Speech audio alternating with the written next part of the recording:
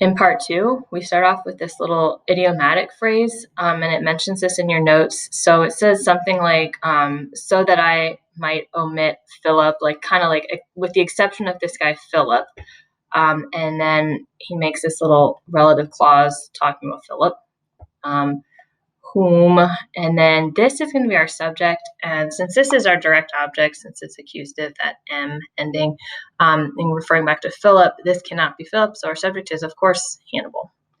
So Hannibal, whom absent, like with him not being present, so probably he sent some envoys or something, Hannibal returned as an enemy to the Romans. So this guy, Philip, doesn't like the Romans, and it's because of Hannibal. All right, then we get to the meat of our sentence here. So we have the most powerful, so that's a superlative, king. Jump back to your omnium. This is a genitive, a partitive genitive, so the most powerful king of all.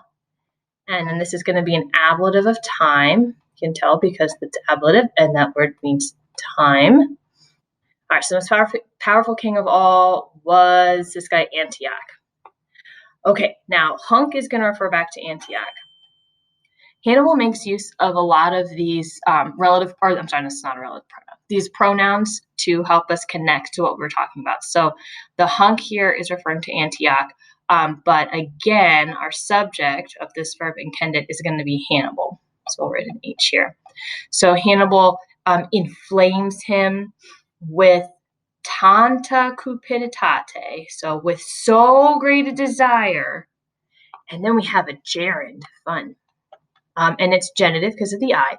So with so great a desire of waging war, that, and that's going to be a result clause, he tried, and this is going to refer to Antioch. He tried, and then this is an idiom, inferre arma, so it means literally to carry on weapons, but essentially to wage war continuously from the Red Sea, and then this will be dative to Italy. So he's often wanting to wage war as well with the Romans.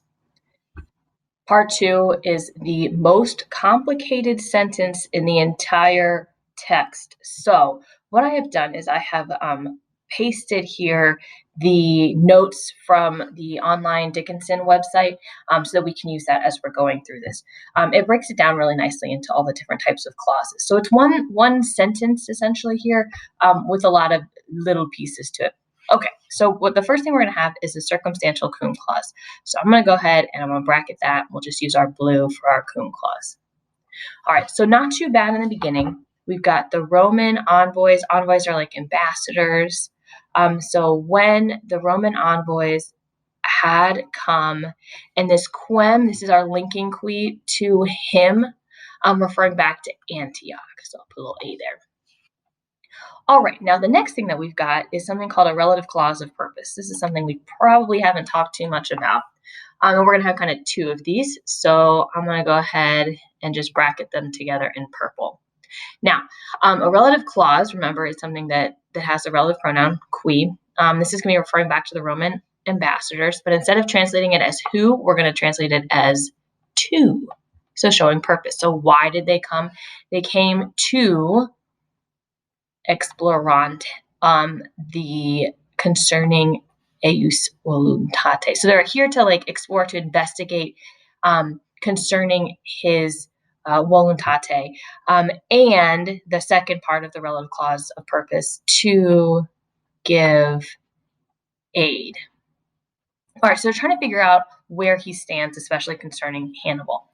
Then the next thing that we have, let's switch colors again, let's go to red, is an ablative of meet. So these two are going to go together. So this is how they did it. So with clandestinis conciliis, secret meetings. And then we have, go to orange now, a substantive purpose clause explaining the goal of the action here. So why do they have private meetings, secret meetings? To, or so that they, being those envoys, might lead Hannibal into suspicion. This is dative, with literally for the king, but maybe of the king here. All right, so why are they having these secret meetings? They're trying to persuade Antioch that Hannibal is a bad guy. All right, now this one is the hardest one, I think. We'll go with yellow here. So this is a clause of comparison explaining how this orange piece was accomplished. So tamquam here means as if, having been corrupted by them. So this is going to refer to Hannibal. So it's like if Hannibal were corrupted by them, then he would feel. And then all of this here means differently than before. And so I got that from the notes. So they're trying to persuade Antioch that Hannibal is bad by convincing them that they had corrupted Hannibal and now he's doing things differently. So kind of like an ethical dilemma here. All right, so very strange word order, and genuinely it gets a lot better than this. This is the hardest piece. If you get past this, you're gonna be all right. All right, so now we go back to our circumstantial cum clause. So here we go. So I'm back to blue. And so when they had done this, they had not done this in vain. And that's kind of backward sounding. So they were unsuccessful, essentially. This is again referring to the Romans, id being all of those things that they've just tried to do. And then we switch. Hannibal's our subject. Comparisset. This is a syncopated verb. If you notice that, it's missing its V, compara, with that, I believe, AV. And when Hannibal had recognized that's what they were trying to do, and he had seen. Okay, so now, circumstantial clause. I'm going to go ahead and add an additional one here. We have an indirect statement within this one. So Hannibal had seen that he, and then had been separated, like removed from the inner council. So he's not part of these special meetings. Let's see what color we got. Black left. So we have an ablative absolute, or an ablative of time here, tempore dato, and then we have our main clause. So I'm going to go ahead and do black for the main clause. So he went, this is Hannibal, went to the king, and the king is Antioch. All right, so Hannibal is trying to assure Antioch that he hasn't been corrupted by the Romans. And then, I'm sorry, the tempore dato, and I'm out of colors, so we'll just do green again. So this is an ablative absolute. So after the time had been given, or when the time was given, he went to the king. So interesting that there's all of this extra stuff, but ultimately it comes down to Hannibal went to the king. Part 3 is significantly easier. We start off with another cum clause, another circumstantial. So when, we'll jump over here, Hannibal is our subject. So when he had recalled, AE is to him. So again, this is connecting us back to the previous passage, and that refers to Antioch, the king. So when he had recalled multa, and then we have a prepositional phrase concerning his fide loyalty and odio hatred. And then we have another prepositional phrase. Translate your in here as against. So because he hates the Romans.